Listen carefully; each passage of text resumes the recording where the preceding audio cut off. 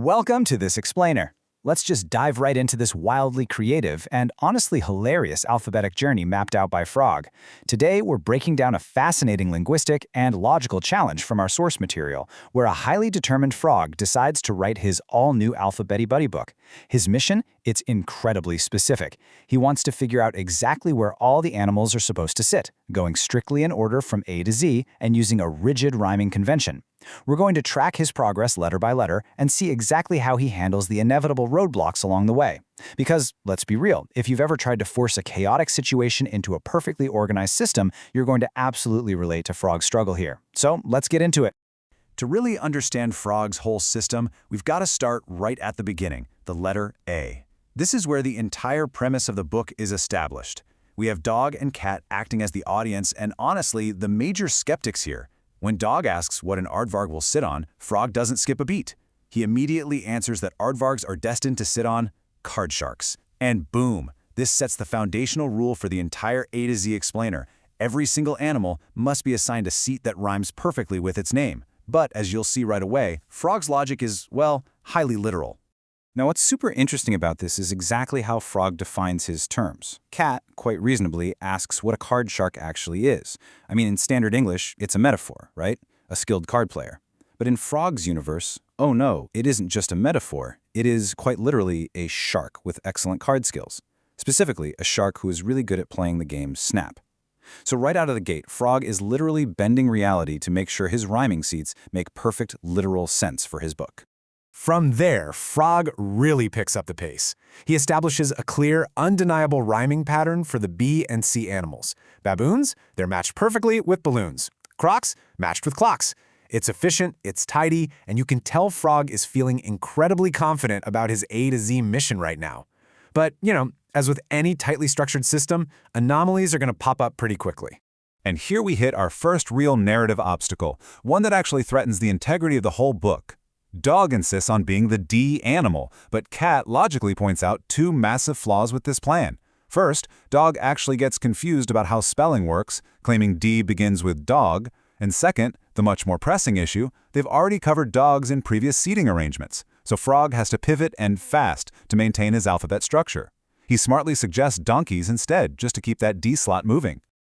Once he gets past that little dog interruption, man, he just unleashes a barrage of rhymes from E all the way to I. The sheer variety here is wild. We've got eels on rails and elks on whelks for E. Finches landing on wenches for F. For G, giraffes are assigned to baths while gazelles get bells. H gives us horses on golf courses, and I brings us iguanas sitting on piranhas. The rhyming stamina here is truly impressive. It just shows Frog's total, unwavering commitment to his structural rules. Now, Cat really acts as our structural guide here. Noticing how fast Frog is moving, Cat challenges him to keep that exact same momentum going through the next, much more challenging letters of the alphabet. Cat is basically playing the role of the skeptical auditor, constantly poking at Frog to see if the system is eventually going to break down. Will the alphabet actually defeat the frog? Let's see if he stumbles. Well, the crucial point here is that Frog absolutely doesn't miss a beat. He just casually matches J's with Mays and Jaboas with mowers for the letter J. For K, he somehow manages to throw a kudo onto some dodos. And for L, he gives us the classic llamas on pajamas while lynx are seated on drinks. Frog is proving right here and now that his rhyming stamina is built to withstand even the most obscure animal names you could throw at him. Then, as Dog unhelpfully points out that Frog still hasn't gotten to Z yet, we power right through M to O. And this is exactly where Frog starts using highly specific, almost warped phonetic rhymes to just force the system to work. Mosquitoes on burritos? Solid. But for N, he uses nets on banana splits. For O, alongside otters on swatters, he uses osers sitting on piggy pockers. I mean, he is actively molding language and spelling to fit his strict seating criteria. By the time we hit P, Frog is honestly just boasting. He is incredibly proud of the specific rhymes he's cooked up. He even calls them his new P's, which really shows he views himself not just as a rule follower, but as a true innovator of language. He's totally building up the anticipation for his next masterful stroke of alphabetic organization. And this perfectly captures those linguistic gymnastics Frog is pulling off.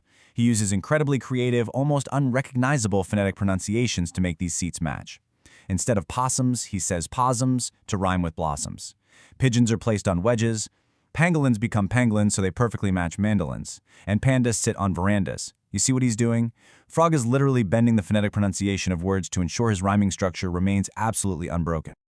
Cat, who is still desperately looking for the system's breaking point, throws down the ultimate challenge, the letter Q. Cat totally assumes this will be the roadblock that finally ruins the whole alphabet buddy book. And you can see why. It's a notoriously difficult letter for animals, and an even harder one for finding rhymes. But Frog easily deflects this. He groups Q through T together with some completely absurd answers. For Q, Frog casually declares pretzels will sit on pretzels, and qualls will sit on holes. Like he just blows right past the fact that a pretzel isn't even an animal, just to keep the rhythm alive. No big deal. Then he rapidly drops raccoons on macaroons for R, squid on a lid for S, and turtles on spurtles alongside ticks on wicks for T. He simply refuses to be stopped by minor technicalities. We are getting so close to the finish line now. Frog seamlessly connects Eris to Ceres for U, vipers to wipers for V, and wombats to combats for W. He's doing all of this without breaking a sweat, pushing steadily toward the end of the alphabet with just absolute mechanical efficiency. But Cat is nothing if not persistent. With a really heavy dose of skepticism, Cat purrs this final, massive challenge. Good luck with X. Everyone knows that X is notoriously the hardest letter in any alphabet game. Surely, if Q didn't break Frog's system, X is going to force him to abandon the book entirely, right? So how exactly does Frog solve the unsolvable? Well, he cheats. Okay, sort of. Frog completely abandons the rhyming rule for the letter X. Instead, for the X-ray tetra, he lists a massive underwater habitat, seabeds, seaweeds, seashells, coral, shipwrecks, and brilliantly concludes it with the phonetic abbreviation etc. for etc. It's genius. He just substitutes rhyming with overwhelming detail to steamroll right past the letter X. To finally close out the official alphabet, Frog faces Y and Z. Now he gives us a very standard, satisfying rhyme for Y with yaks on sacks. Easy enough. But for Z, he matches zebras with condas. And you're probably wondering, what exactly is a conda? Well, let's find out. This really shows the absolute lengths Frog will go to finish his book. When he runs out of existing words to seat the zebras, he literally invents a new one. A kanda is a new type of black and white stripy candelabra that he just made up on the spot. By sheer willpower and spontaneous invention, Frog forces the puzzle pieces together and successfully arrives at Z. Ta-da! Frog proudly declares the book finished. But just when we thought it was finally over and the mission was accomplished, Dog completely derails the ending. He introduces an entirely fabricated creature, genuinely asking about the seating arrangements for Zilly-Yink Zickers.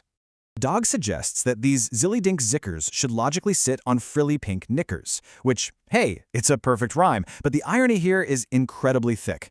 Both Frog, who, remember, just invented a conda and put pretzels on pretzels, and Cat immediately reject Dog's suggestion as totally ridiculous and absurd. Frog declares there is no such thing as a Zilly-Dink Zicker, completely ignoring his own massive rule bending throughout the entire A to Z journey. And so we are left with Dog's final, lingering, beautifully ungrammatical question. What have they done? It perfectly summarizes the chaotic but highly successful mission of the Alphabetity Buddy book. Frog set out to categorize the world through rhyme, succeeded by sheer force of linguistic manipulation, only to have his logic instantly questioned right at the finish line. It really leaves us to wonder, if we were to write our own rules for the world, what imaginative seats might we invent next? Thank you so much for joining me on this explainer, and keep questioning the rules around you.